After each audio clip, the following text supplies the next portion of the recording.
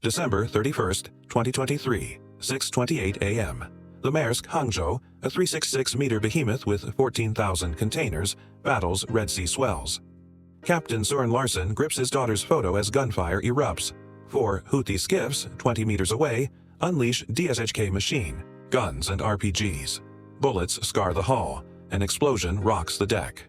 "Mayday!" Larsen shouts into the Inmarsat radio. Priya Sharma, a 25-year-old engineer, ducks, heart pounding. Maria, the cook, pulls her to safety. The crew faces death in the twilight.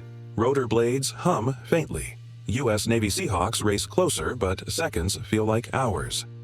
The Red Sea's battlegrounded is a 1,200-mile lifeline, channels $1 trillion in trade annually, 12% of global commerce from Saudi oil to Chinese smartphones through the Suez Canal.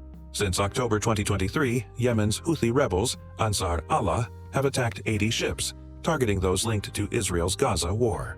Controlling Hodeidah, Sana'a, and Taz, with 14 million people, they wield 600 Noor anti-ship missiles with a 120-kilometer range and 165-kilogram warheads, 250 Qadr ballistic missiles with 300-kilometer range, 1,200 Tufan RPGs with 250-meter range, 2,000 DSHK 12.7 guns firing 600 rounds per minute, and 5,000 AK-47s firing 600 rounds per minute, supplied by Iran's Quds Force via 50 dhows from Bandar Abbas. Their 8 to 10 meter fiberglass skiffs, powered by 250 horsepower Yamaha engines, reach 25 knots carrying 4 to 6 fighters, mostly fishermen aged 18 to 40. Trained for 3 weeks in Keshem, Iran, with 50% dropout, 100 fighters monthly practice swarm tactics with 15 to 20 boats, mock boardings on replica ships, and night operations using 500 Chinese FLIR knockoffs and Motorola radios with 5-kilometer range. Operation Prosperity Guardian, launched December 18, 2023, under Combined Task Force 153 in Bahrain, unites 22 nations: United States, United Kingdom, France, Denmark, Canada, Bahrain, Netherlands, Norway, Australia, Greece, Italy, Spain, Seychelles, Japan, South Korea, Singapore, Turkey, Sri Lanka, New Zealand, Mauritius, Pakistan, and Maldives. The USS Dwight D. Eisenhower, with 10 ships, 7,500 personnel, and 70 aircraft, and USS Gravely, with 300 crew and 90 missiles, lead patrols across 1 million square miles.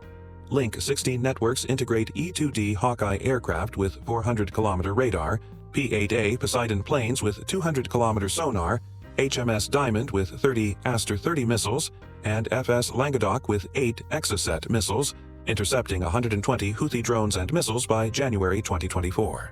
The MH-60 Seahawk is the spearhead. The MH-60R Romeo, costing $40 million, has 2 T700 GE 401C engines with 1,290 shaft horsepower, 135-knot speed, 450-kilometer range, and 3-hour endurance. Its AN/APS-147 radar detects boats at 120 kilometers, scanning 360 degrees in 10 seconds, while AN/ALQ-210 ESM identifies radio emissions at 50 kilometers.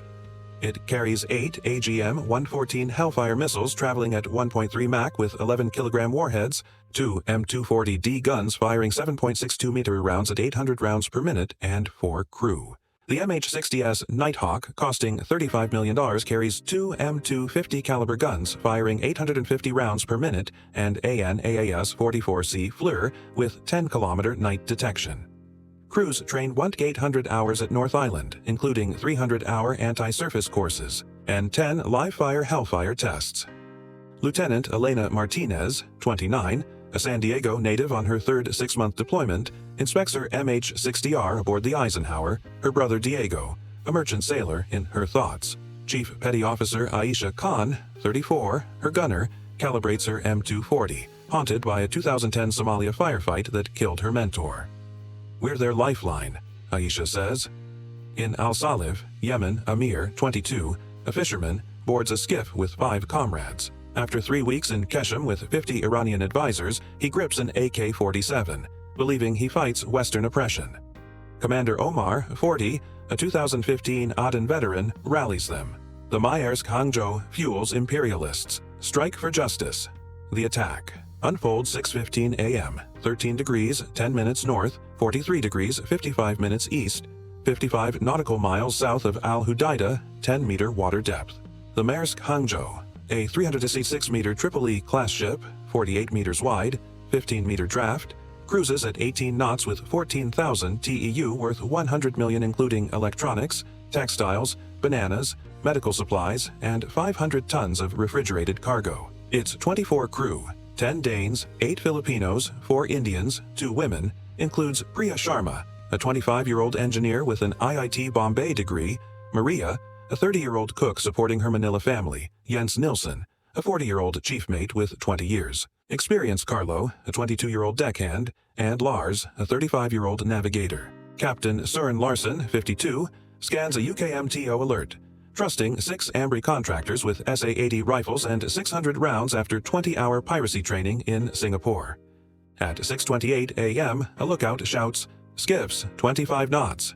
4 boats, each with 4 to 6 fighters, fire DSHK guns and RPG-7s. A 4.5-kilogram warhead explodes, damaging a container worth $10,000. Priya, in the engine room, feels the ship shudder. Maria pulls her behind a bulkhead. "Stay low." Jens coordinates. "Hold the deck." Carlo films on his phone, hands trembling. Lars calms Priya. "We'll get through this."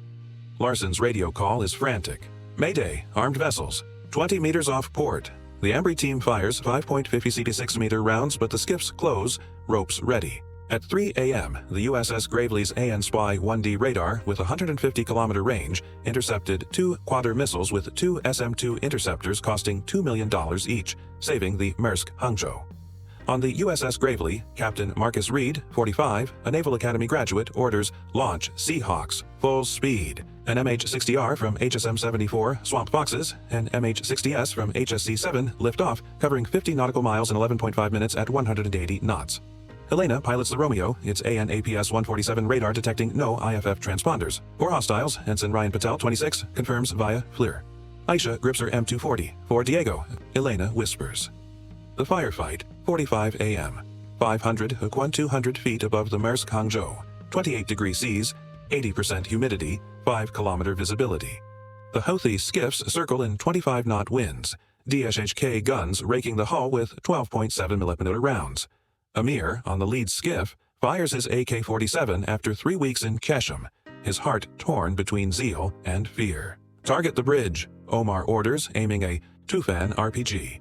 The Ambry team, down to 150 rounds, falters. Priya ducks, a bullet sparking nearby. Jens shouts, "Keep firing!" Maria comforts Carlo. "The Navy's here." Lars radios CTF 153. "We're holding, but hurry." Elena broadcasts via Link 16. U.S. Navy helicopter, "Cease fire or we engage." A 7.62mm round pings the Romeo's fuselage, an ALQ-210 ESM flashing at 50 kilometers. "Hostile fire," Ryan shouts, checking FLIR with 10-kilometer range. Aisha steadies her M240. "Viper, now," she urges. Elena, picturing Diego's tanker, orders. Defensive fire. Aisha's M240 unleashes 809 RPM, 7.62mm rounds shredding the lead skiff's 200 HP engine. Sparks erupt, diesel igniting. Amir dives into the sea, salt burning his eyes. "Allah! Save me!" he gasps, swimming through debris. Omar sinks with the skiff, his shouts silenced. The boat's 5 fighters perish, fiberglass splintering, under 25-knot winds. Aisha's gloves burn, diesel fumes stinging, firing 100 rounds. "One down," she says, voice tight. The MH-60S, piloted by Lieutenant Jake Reed, hovers at 300 feet. Gunner Petty Officer Carlos Vega fires the M2.50 caliber gun, 850 RPM, tearing the skiff's hull. 4 fighters fall, blood mixing with sea spray. "Target down," Vega calls, the rotors roar, drowning his voice. The boat capsizes, sinking in 2-meter swells. Jake banks left, dodging Motorola radioed fire with 5-kilometer range. "Good. Hit," he radios, but Vega's hands shake, his first human targets firing 75 rounds. Elena locks a Hellfire missile via FLIR, its 8-kilometer range laser guidance unwavering. "Fox 3, she calls. The missile streaks down, a 20-pound warhead detonating with a thunderous boom. The skiff explodes, debris soaring 60 feet. 6 fighters vanish in the fireball, the sea boiling red. "Confirmed hit," Ryan reports, his voice tight. The Hellfire's 95% hit rate is lethal. captured in 4K by GoPro Hero 10. The fourth skiff flees at 25 knots, dodging 20-liter diesel cans.